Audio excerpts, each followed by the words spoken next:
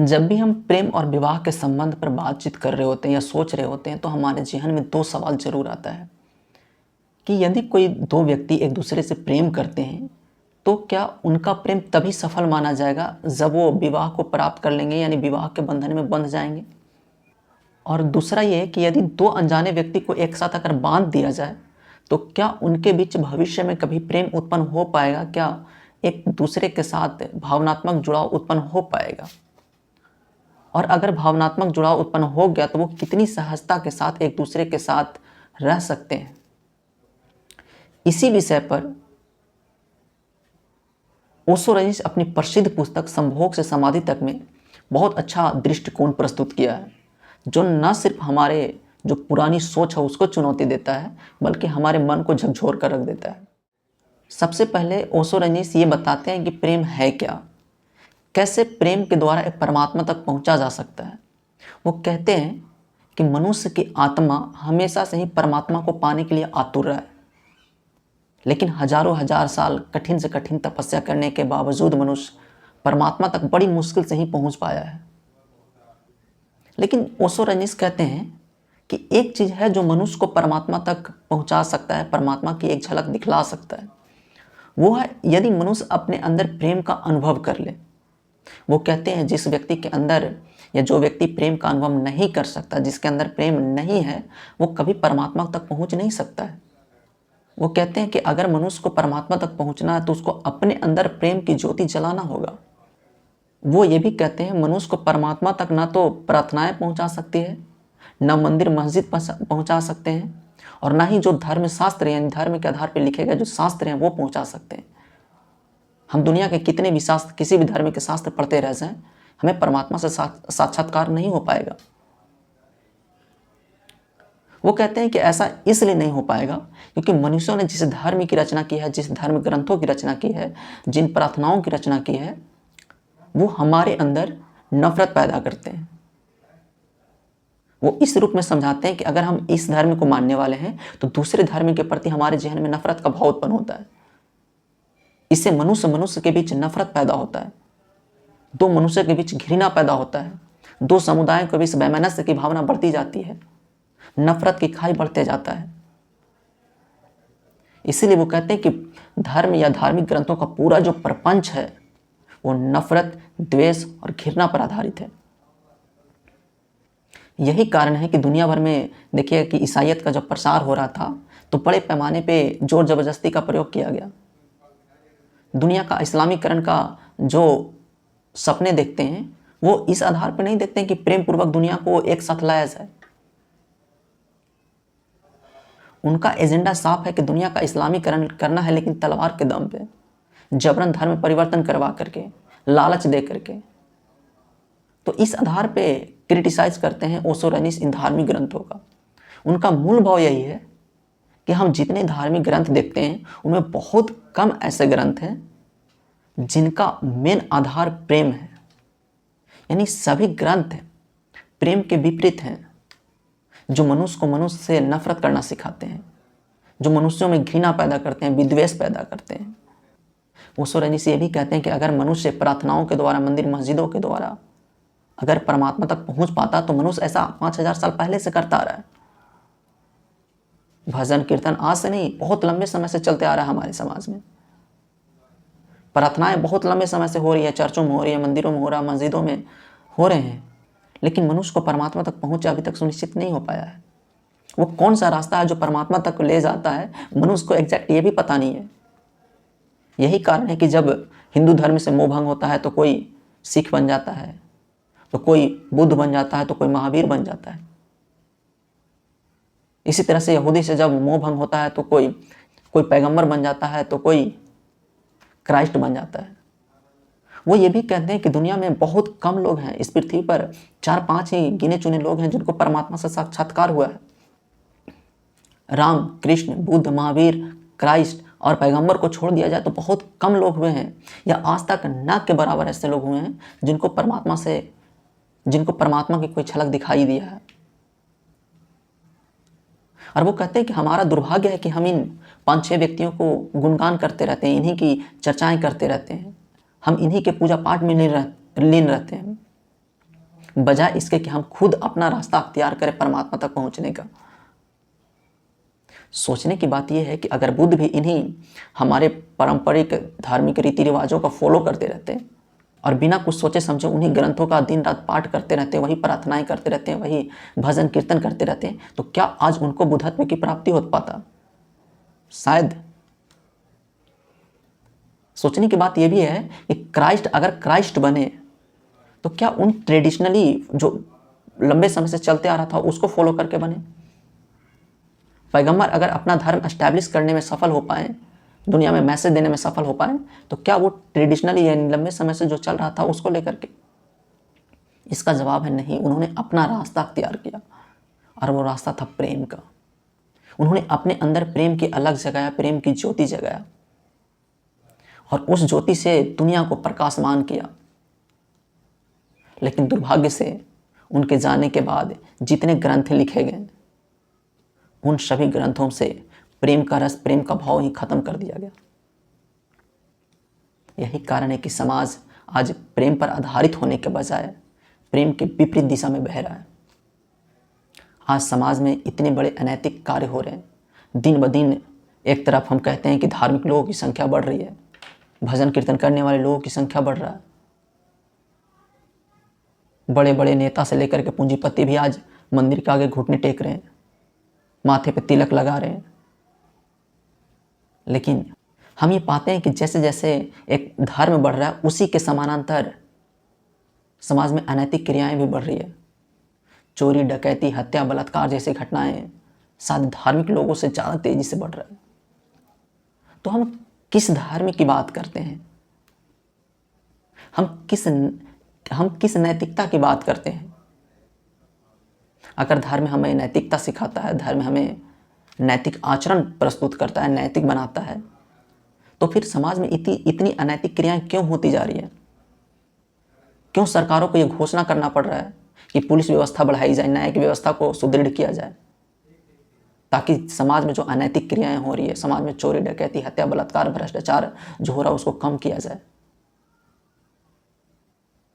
उनको कम करने के लिए क्यों इतनी अदालतें खुल रही है? क्यों इतनी पुलिस प्रशासन बढ़ रहे हैं? लॉ एंड ऑर्डर की समस्या लगातार क्यों बढ़ती जा रही है? इन सब का लबोलुआब ये है कि समाज से जो प्रेम है, प्रेम की जो धारा है, वो धीरे धीरे खत्म होते जा रहा है। लोगों के अंदर का जो प्रेम का रस है वो धीरे धीरे समाप्त हो जा रहा है। और इस समाप्ति के पीछे का जो मूल वजह है वो है धार्मिक लोग। वो प्रश्न ये भी उठाते हैं कि दुनिया में इतना गलत काम हो रहा है, क्या उन लोगों की वजह से हो रहा है जो नास्तिक हैं, जो ईश्वर में विश्वास नहीं रखते हैं, जो धार्मिक ग्रंथों में विश्वास नहीं रखते हैं, जो पुनर्जन्म में विश्वास नहीं रखते हैं? क्या उनकी वजह से समाज की ये दुर्गति हो रखी है? तो वो कहते हैं कि नहीं। वो कहते हैं कि इसका जो मुख्य कारण है वो है धर्म को मानने वाले लोग, जो धर्म के वास्तविक रूप को ना मान करके उस रूप को मानते हैं जो उनको धर्म गुरु द्वारा पढ़ाया जाता है। और ये धर्म गुरु तथाकथित धर्म गुरु हैं, ये प्रवचन सुनाने वाले धर्म गुरु हैं। इनका धर्म से दूर दूर तक कोई रिश्ता नाता नहीं होता है। ये धर्म को अपने अनुसार खंडित कर करके बोलते हैं। अन्यथा वो कौन सा धार्मिक गुरु होगा जिसको राजनीति में रुचि हो? वो कैसा धर्म गुरु है जिसे ये कहना पड़ता है कि हम अपने देश को फलाने धर्म का बनाएंगे? वो कैसा धर्म गुरु है जिसे अपने लोग पसंद होते हैं, दूसरे लोगों से उसे नफरत होता है? ये कैसा धर्म गुरु है? तो इस तरह से ओशो रजनीश प्रेम को अध्यात्म के साथ जोड़ते हैं, प्रेम के महत्व को स्थापित करते हैं इस तरह से, और कहते हैं कि हमारे जीवन में प्रेम का होना परमात्मा को पा लेने जैसा है। अब आगे ओशो रजनीश प्रेम और विवाह के बीच का जो मेन फर्क है, मेन जो अंतर है, उसको समझाते हैं और कहते हैं कि समझिए प्रेम है क्या। तो वो कहते हैं कि प्रेम प्रकृति द्वारा प्रदत्त एक वरदान है। यानी प्रेम मनुष्यों को प्रकृति के द्वारा दिया गया एक ऐसा वरदान है जो किसी बंधन को नहीं मानता, जो किसी नियम को नहीं मानता, जो किसी कानून से बंधा हुआ नहीं है। वो नैसर्गिक है, जो अपने आप दिल के किसी कोने में अनजाने ही उत्पन्न होता है और किसी के साथ जाकर के जुड़ जाता है। ये समाज के द्वारा बनाई गई व्यवस्था नहीं है, ये प्रकृति के द्वारा दिया गया मनुष्यों को वरदान है। जबकि विवाह समाज के द्वारा बनाई गई व्यवस्था है। आदमी के द्वारा रची गई नियम कानूनों से ये बंधा होता है। एक तरफ जहां प्रेम आपको आज़ाद करता है, वहीं विवाह आपको बेड़ियों में जकड़ता है। वो महिलाओं की स्थिति पर बोलते हुए याद दिलाते हैं कि आज महिलाओं की इतनी दुर्गति हो रखी है इस समाज में, उसका कारण है विवाह नाम की संस्था। आज खास करके हिंदू समाज इतना ग्रसित है, इतना मानसिक पीड़ा से जूझ रहा है, इसका कारण है कि उसने महिलाओं की स्थिति को निमंत्रण करके आका है। आज दहेज प्रथा के कारण हर एक लड़की का पिता जीवन भर मानसिक तनाव में रहता है। हर समय उसको ये तनाव खाया जाता है अंदर ही अंदर कि कैसे वो अपने बच्ची का विवाह करेगी, कैसे इस समाज में अपनी बच्ची का परवरिश करेगी। आगे वो सोरेनिस कहते हैं कि हमने परिवार नाम की जो संस्था बनाई है वो विवाह के आधार पर बनाई है। यानी परिवार आगे बढ़ाने के लिए हमको विवाह करना जरूरी है, एक दूसरे के साथ बंधना जरूरी है। और वो कहते हैं इसमें विवाह को ज़्यादा महत्व दिया गया है बनिस्पत इसके कि प्रेम के। यानी परिवार का जो बंधन होता है वो विवाह के धागे से बांधा जाता है, ना कि प्रेम के धागे से। इसमें सबसे विचित्र चीज़ ये है कि हम ये मान लेते हैं या मान करके चलते हैं कि दो व्यक्तियों को रस्मों रीति रिवाज के माध्यम से अगर एक दूसरे के साथ बांध देते हैं तो उनके अंदर प्रेम जागृत हो जाएगा, एक दूसरे के लिए प्रेम की भावना उत्पन्न हो जाएगी। ये बड़ी विचित्र चीज़ है कि हमारे रस्म रीति रिवाज और हमारे जो मंत्र हैं वो दो व्यक्तियों के बीच प्रेम पैदा कर देगा। बड़ा ही विचित्र सवाल खड़ा करते हैं और सोचने पर मजबूर करते हैं ओसोरेनिस। और ये आज के समाज में और भी ज़्यादा प्रासंगिक हो गया है। एक तरफ हम फ्रीडम और लिबर्टी की बात करते हैं और दूसरी तरफ हमने एक ऐसी संस्था बना के रखी है जो व्यक्ति को जाने अनजाने एक दूसरे का गुलाम बना देता है। धर्म, रीति रिवाज और परंपरा के नाम पे उनके सारे बंधन, उनके सारे अधिकार चारदीवारी में पैक कर दिए जाते हैं। और इसमें सबसे ज़्यादा भुगत भोगी तो उन महिलाओं को होता है जिनका काम सिर्फ और सिर्फ चूल्हा चौखट तक ही सिमट करके रह जाता है। और सबसे बड़ी दुर्गति तो ये है कि इस पूंजीवादी दुनिया में भी उनके काम का कोई वैल्यू नहीं किया जाता, उनके काम का कोई मूल्य नहीं है। आज भी जीडीपी जब काउंट होता है देशों का तो उसमें महिलाओं के कामकाज का कोई वैल्यू नहीं है, ज़ीरो। यानी जब तक वो महिलाएं घर से निकल करके ऑफिस नहीं जाएगी, ऑफिस में जाकर काम नहीं करेगी, या छोड़िए अगर वो घर से बाहर निकल करके दूसरे के घर में खाना बनाएगी तो वहाँ से जो आमदनी जनरेट होगा उसको जीडीपी में काउंट तो किया जाएगा, लेकिन अगर वो घर के अंदर कितनी भी अच्छा खाना बना ले, कितनी भी अच्छा साफ सफाई कर ले, उनके काम का महत्व ज़ीरो है। जीडीपी में वो काउंट नहीं होगा, वो हमारी अर्थव्यवस्था का हिस्सा नहीं बन पाएगा। वो सवाल खड़े करते हैं और ये सोचने पर मजबूर करते हैं कि हमने जो विवाह नाम की संस्था बनाई है उसमें प्रेम है ही नहीं। वो तो एक तरह से बंधन है, एक तरह से गुलामी है, एक तरह से आज़ादी को छीनने वाला संस्था है जो हमारे सोचने समझने की शक्ति, हमारे कार्य क्षमता को भी समाप्त कर देता है। आपने बहुत सारे ऐसे एग्जाम्पल देखे होंगे कि बहुत पढ़ी लिखी लड़की किसी घर में जाती है और मालूम चलता है कि उस घर की बहुएं नहीं पढ़ती, घर से बाहर नहीं निकलती है। उस लड़की की सारी प्रतिभा, उस लड़की के शादी के पहले के द्वारा जो मेहनत किया गया है वो सारे एक झटके में ख़त्म हो जाते हैं, एक आदेश के साथ ही ख़त्म हो जाते हैं। उसका सिर्फ इतना सा काम रहता है कि वो अपने पति को परमेश्वर मानते हुए उसके इच्छाओं के अनुरूप वो सारी क्रियाओं को करे, वो अपने पति के माता पिता की सेवा करे, बढ़िया से 3 टाइम का खाना बना करके दे, और बदले में पति ज़्यादा से ज़्यादा क्या करेगा, 2 कौड़ी का शॉपिंग करवा देगा। ज़रा सोच के देखिए कि जैसे एक पंछी को पिंजरे में बंद करके बहुत अच्छा अच्छा खाना ऑफर करते हैं, कुछ उसी तरह से हम विवाह के द्वारा स्त्रियों की स्थिति को बना दिए। और इसमें दिक्कत सिर्फ स्त्रियों को नहीं है, पुरुषों को भी इससे दिक्कत है। पुरुषों का दिक्कत ये है कि सारा का सारा बाहरी कार्यों का जो बोझ है वो पुरुष पे आ जाता है, और यहाँ से फिर पुरुष अपने आप को अलगाव की स्थिति में लेकर के चले जाता है, तनाव की स्थिति में लेकर के चले जाता है। इस तरह से पूरी जो हमारी समाज की जो व्यवस्था है वो चरमरा से जाती है, और सिर्फ बाहर से दिखाने के लिए तो मुस्कुराता रहता है आदमी, लेकिन अंदर ही अंदर कई परतों में टूट चुका होता है। ओसोरेनिस विवाह नाम की संस्था पर सवाल उठाते हुए ये भी कहते हैं कि आज जैसे जैसे महिलाएं स्वतंत्र हो रही है, जैसे जैसे महिलाएं अपने पैरों पे खड़ा हो रही है, अपने फैसले खुद ले रही है, वो नहीं चाहती है कि हम किसी बंधन में बंधे। आज 100 में से 40-50 महिला ये कहेगी कि हमको किसी शादी के बंधन में नहीं बंधना, वो स्वतंत्र रहना चाहती है। यही कारण है कि विकसित राष्ट्रों में बहुत सारे पुरुष, बहुत सारे महिलाएं शादी के बंधन में नहीं बंधना चाहते। प्रेम होता है उनके बीच, लेकिन वो शादी के बंधन में बंधना पसंद नहीं करते हैं। दूसरा एग्जाम्पल ये भी देते हैं, आज दुनिया भर में इतना वेश्यालयों का प्रचलन है, वो इस बात की गवाही देता है कि कहीं ना कहीं पुरुष भी विवाह नाम के संस्था से असंतुष्ट है। कहीं ना कहीं वो भी जो जिस प्रेम की खोज में विवाह कर लेता है, जिस प्रेम की तलाश में विवाह के बंधन से बंध जाता है, वो प्रेम उसको वहाँ नहीं मिलता। उसको वो प्रेम अपनी पत्नी में नहीं मिलता, फिर वो दूसरे के घरों में झांकना शुरू करता है। सोचने पर मजबूर ये करता है कि कुछ स्त्रियों को इसलिए वेश्या बना दिया गया ताकि आप अपनी पत्नियों को पतिव्रता बना करके रख सकें। यानी मनुष्य को जब प्रेम की ज़रूरत होगा तो वो वेश्यालयों की तरफ जाएगा, वो दूसरे के घरों में झांकेगा नहीं। क्योंकि जब दूसरे के घरों में झांकना शुरू करेगा तो फिर आप अपने पत्नी को शक की निगाह से देखना शुरू कर दोगे। और आज जब अपने समाज को देखिएगा तो बहुत आसानी से ये सारी चीज़ें आपको स्पष्ट रूप से दिखेगा। ये दिखेगा कि कैसे हमारा समाज, जो कि एक सभ्य और बहुत सांस्कृतिक समाज है, जिस समाज में हमें प्राउड होता है, हमें गर्व होता है, उस समाज में कैसे पुरुष दूसरे घरों की महिलाओं को झांक रहे हैं और कैसे महिलाएं दूसरे पुरुष को अपने प्रेम के आश्रय में शरण दे रही है। और ये बहुत दूर की चीज़ें नहीं है।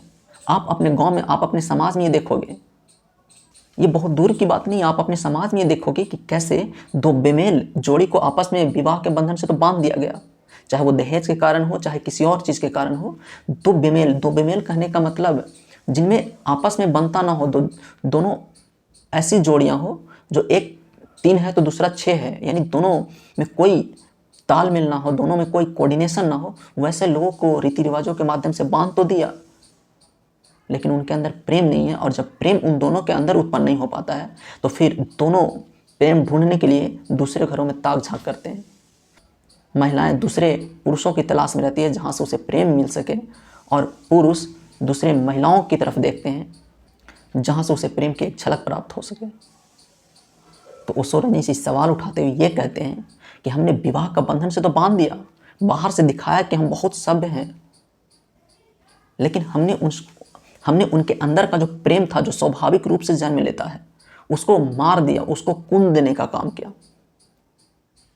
और जब प्रेम कुंद देते हैं तो जैसे ही मौका मिलता है वैसे ही फूटना शुरू हो जाता है।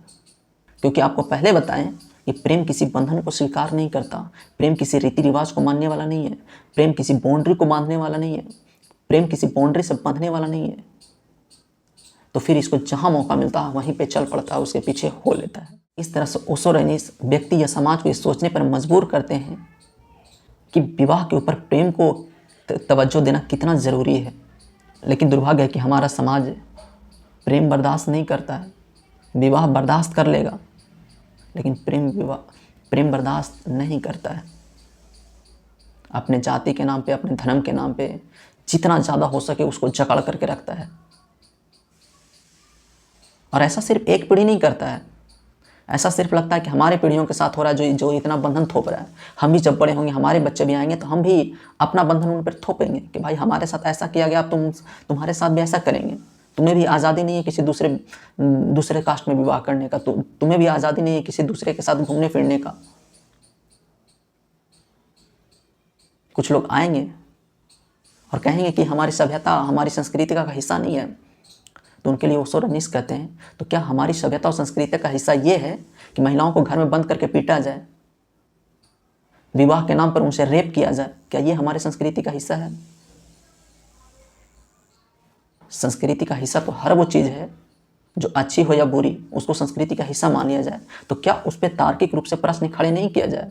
क्या उस पर पुनर्विचार नहीं किया जाए कि कौन सी संस्कृति, कौन सी संस्था हमारी मानव सभ्यता के लिए सही है, और कौन सी सभ्यता, कौन सी परंपरा, कौन सी चीज़ें हमारी मानव सभ्यता के लिए गलत है? क्या हम ये भी ना सोचें? क्या सही और गलत के बीच फर्क करना भी छोड़ दें हम अपने संस्कृति, हम अपने रीति रिवाज के नाम पे? ओशो रनीस एक बार फिर से ये दोहराते हैं कि मानव ने जीवन की शुरुआत में ही एक बहुत बड़ी भूल कर दी है। उसने प्रेम की जगह विवाह को चुना। इस सभ्यता ने विज्ञान के क्षेत्र में तो बहुत तरक्की कर ली, भक्ति के क्षेत्र में नए नए अध्याय जोड़ लिए, ईश्वर के नए नए अवतार खोज लिए, फिर भी उसे कहीं शांति नहीं मिला। ऐसा इसलिए नहीं हो सका क्योंकि हमारी सभ्यता जन विज्ञान को विकसित नहीं कर सका। और वो कहते हैं ऐसा इसलिए नहीं हो सका क्योंकि हमारी सभ्यता जन केंद्रित विज्ञान को विकसित नहीं कर पाया। भौतिक विज्ञान की दिशा में तो बहुत तरक्की कर ली, लेकिन मानव विज्ञान क्या कहता है, मानव की मानसिकता क्या कहती है, इस पर ज़्यादा रिसर्च या ज़्यादा खोज नहीं कर सका। परिणाम यह है कि हम सुखी होने के बजाय दुखों से घिरते चले जा रहे हैं। हम अपने जीवन से दूर भागने के लिए भजन कीर्तन में अपना समय व्यतीत कर रहे हैं ताकि हमको शांति मिले। अपने आप को नए शब्दों का चादर उड़ा रहे हैं और खुद को कह रहे हैं कि आध्यात्मिक हो रहे हैं। क्या अपने जीवन की चुनौतियों से डर कर भागना, क्या ये अध्यात्म है? क्या ये परमात्मा का खोजने का विकल्प है? तो उसको कहते हैं कि नहीं, ये सब भगोड़े लोग हैं, ये सब डरपोक लोग हैं जो जीवन की चुनौतियों से लड़ने के बजाय, समाज के रीति रिवाज को तोड़ने के बजाय, समाज के रीति रिवाज को चुनौती देने के बजाय, उन बंधनों को, उन बेड़ियों को जकड़न से दूर जाने की बजाय इन सब से अलग कर लेना ही सबसे बड़ी उपलब्धि मानते हैं। और अंत में ओशो रनीस प्रेम को परमात्मा से जोड़ते हुए ऐसे कहते हैं कि जब दो स्त्री और पुरुष प्रेमपूर्ण संबंधों के साथ आपस में एक दूसरे के साथ मिलते हैं तो उनका मिलन सिर्फ और सिर्फ शारीरिक नहीं होता है, उनका मन भी मिलता है, उनकी आत्माएं भी मिलती है और वे एक लयपूर्ण संगीत में डूब जाते हैं। और उनके संभोग से जो गर्भधारण होता है और उनका जो बच्चा होता है वो परमात्मा को प्राप्त होता है, जो कि प्रेम के द्वारा संभव नहीं होता है। क्योंकि वहाँ तो एक बंधन है, ज़बरदस्ती का बंधन, समाज का बंधन, जिस बंधन में बंध तो गए, लेकिन वहाँ पे हमें प्रेम के बजाय ईर्ष्या मिलता है, नफरत मिलता है। और ईर्ष्या और नफरत के इस संबंध से पैदा हुए बच्चे शारीरिक होते हैं, भौतिकवादी होते हैं और वो अपना सुख किसी बाहरी वस्तुओं में खोजते हैं। यही कारण है कि मनुष्य को आज तक परमात्मा की झलक नहीं प्राप्त हो पाया है। और एक कृत्रिम बंधन को, जिसको विवाह नाम दिया गया, उसको इतना महिमा मंडित कर दिए, इतना रीति रिवाज के साथ उसको जोड़ दिए कि आज वो भी और भी भौतिकवादी हो गया है। तो हम बच्चों को कैसे परमात्मा की ओर जाते हुए देख पाएंगे? यही कारण है कि एक के बाद एक आने वाला जनरेशन और भी ज़्यादा भौतिकवादी होती जा रहा है, उसका परमात्मा से और भी दूरी बढ़ता चला जा रहा है, क्योंकि उनके माता पिता ही प्राकृतिक बंधन से नहीं बंधे हुए हैं, बल्कि वो तो सामाजिक बंधन से बंधे हुए हैं। और ये बंधन कृत्रिम है, तो फिर कैसे परमात्मा को उपलब्ध हो पाएगा? और अंत में यही कहूँगा कि अगर ये विश्लेषण आपको अच्छा लगता है तो हमारे चैनल को लाइक कीजिए, सब्सक्राइब कीजिए। धन्यवाद।